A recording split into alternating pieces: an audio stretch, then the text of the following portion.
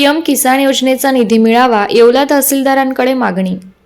PM किसान योजनेअंतर्गत शेतकऱ्यांना मदत निधी तसेच शेतकऱ्यांना दुष्काळ अनुदान निधी अद्यापपर्यंत मिळालेला नसून तो त्वरित मिळावा अशा मागणीचे निवेदन येवला तहसीलदार आबा महाजन यांना शेतकऱ्यांच्या वतीने देण्यात आले आहे। लवकरात लवकर पीएम किसान निधी तसेच दुष्काळ निधी मिळाला नाही तर शेतकरी उपोषणाचा इशारा देत आहेत असं वृत्तांकडून कळलेलं आहे। पुढील अपडेट पाहण्यासाठी आमच्याशी जोडून राहा।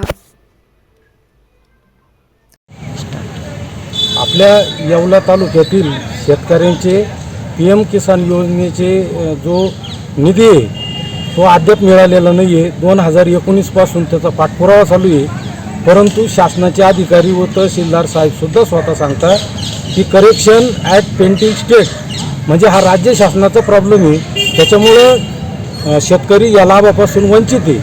तसेच 2023 ते 2024 हा जो दुष्काळ निधी होता शासनाने जाहीर केलेला तो अद्याप काही शेतकऱ्यांना मिळालेला नाही।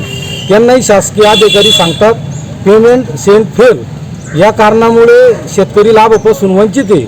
तरी आजपर्यंत 2019 पासून शेतकरी खेटा मारत आहे। तहसील ऑफिसमध्ये दरवेळेस नवीन कागदपत्र केली जात्या, येऊन जाऊन कागदपत्र करणे आणि येणे जाणे हेलपाटे मारण्यातच जो निधी येणार आहे तो निम्मा खर्च झालेला आहे।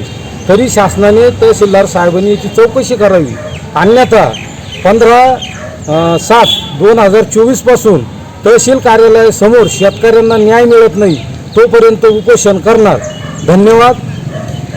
येवला शहरातील कैलासवासी नारायणराव पवार नागरी सहकारी पतसंस्था घेऊन आली आहे सोने तारणावर त्वरित कर्ज सुविधा, आकर्षक व्याजदरावर। त्वरित संपर्क करा नारायणराव पवार नागरी पतसंस्था, शनी पटांगण येवला। कार्यकारी संचालक Sambhaji Raje Pawar, chairman Appasaheb Khairnar, vice chairman PK Kale, प्रभारी मॅनेजर AR तांबोळी व सर्व संचालक मंडळ।